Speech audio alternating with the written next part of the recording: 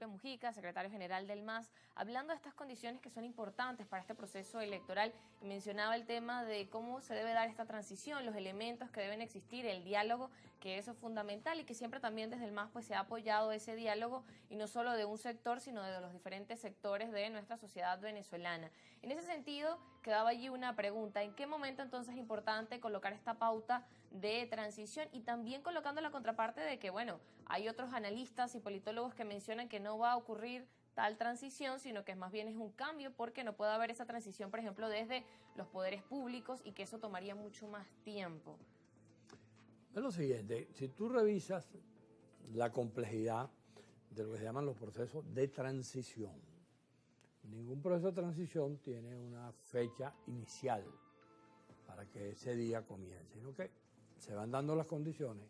La primera condición imprescindible para que eso se produzca, que en este caso incluso estamos hablando de una transición que el país requiere para convivir de otra manera, es que haya diálogo entre las partes y que ese diálogo vaya llevando al convencimiento a las partes de que va a haber lo que ya hemos comentado a lo largo del programa: respeto a los resultados, respeto a los requerimientos que el país tiene, a la necesidad de producir los cambios. Entonces eso va a ir permitiendo que nos vayamos acercando. Nosotros lo hemos dicho de distintas maneras: es imprescindible que sectores del gobierno, que no todos tienen la misma opinión, porque tú hablas con ellos y algunos asumen que sí van a perder, que no hay una alternativa diferente, porque es muy grave el deterioro que tú sientes en la ciudadanía en relación a lo que piensa sobre la candidatura de Maduro, y que eso necesariamente lleva a que hay que crear las condiciones, por eso que tú comentabas, de los 6 meses que hay allí, de los poderes públicos en manos del actual gobierno, de la manera en que eso está. Pero todo eso tiene que llevarnos a un punto en el cual haya mecanismos que en este momento tú no puedes preestablecer. Yo he escuchado, por ejemplo, gente hablando, vamos por una constituyente, que fue lo que hizo Chávez, por ejemplo, cuando él ganó la elección. A mí me parece que eso es apresurado. Aquí simplemente lo que hay que hablar es de cómo irte acercando a buscar soluciones sobre la base de las realidades que tienes allí. Eso implica que de parte y parte tiene que haber la disposición a entenderse. Porque si se da el caso, el gobierno pierde la elección, bueno, es evidente que el país se colocó de manera distinta y eso tiene que asumirlo el gobierno como un hecho real, como un hecho objetivo, y en consecuencia esos 6 meses tienen que ser para precisamente ir avanzando sobre cómo se pueden ir produciendo los cambios sin necesidad de violentar hechos constitucionales o hechos legales que están allí. Ahí se puede conversar de cualquier temática, porque es allí como se va construyendo lo que llaman la transición. Ellos, por ejemplo, yo he escuchado a algunos de ellos que dicen, no, aquí no va a venir transición, aquí lo que va a venir es la transición al socialismo, es una versión que están dando algunos de ellos. Sí, ellos hablan también de transición, claro, desde ese punto de vista. Habían dejado o no querían hablar de transición y después inventaron que lo que venía era la transición al socialismo.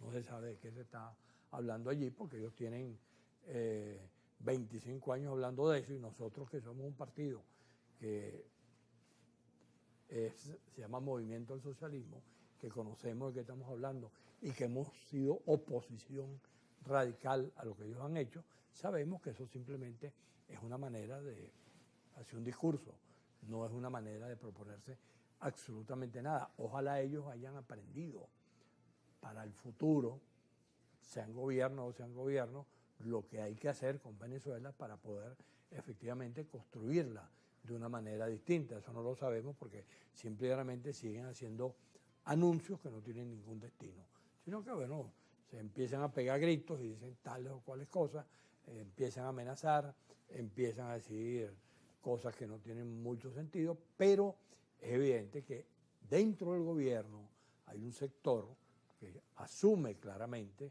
que hay la posibilidad de que dejen de ser gobierno, que se conviertan en oposición y que implique la construcción de una cosa distinta en relación al país.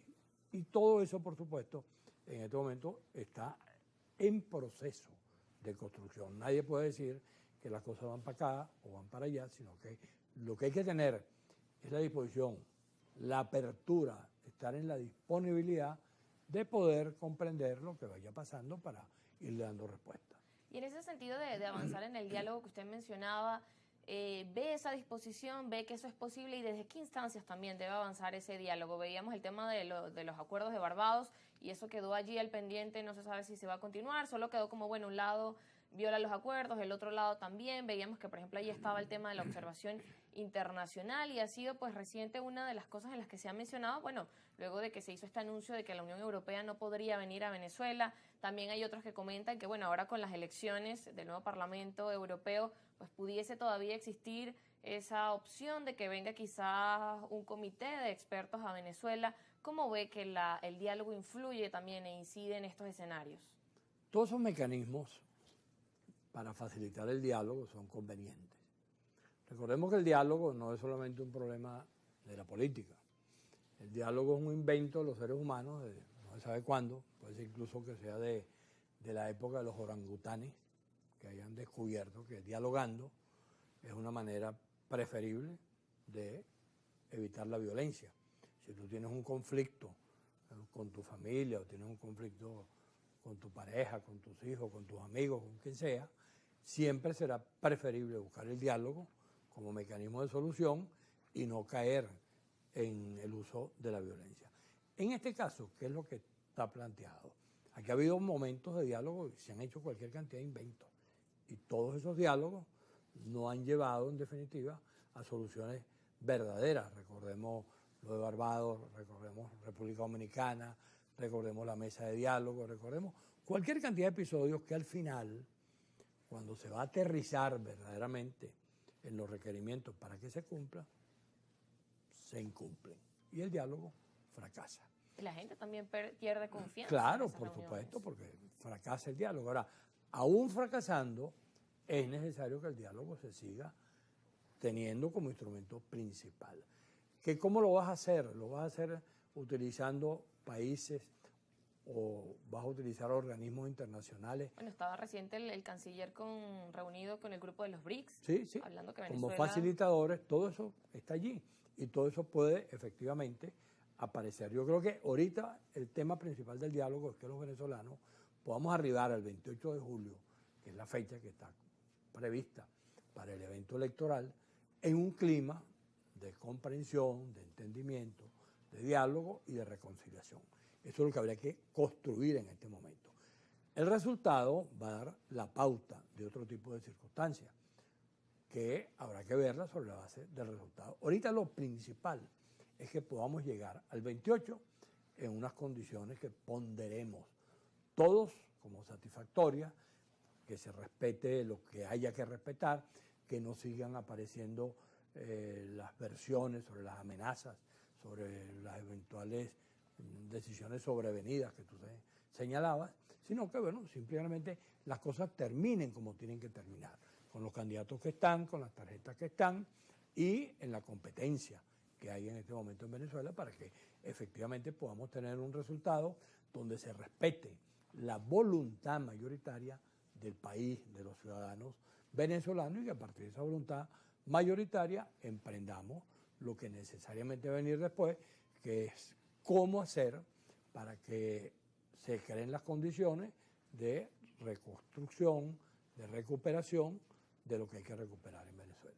En ese sentido y en esos ámbitos de diálogo, ¿ve usted factible una reunión, por ejemplo, Maduro y el señor Edmundo González?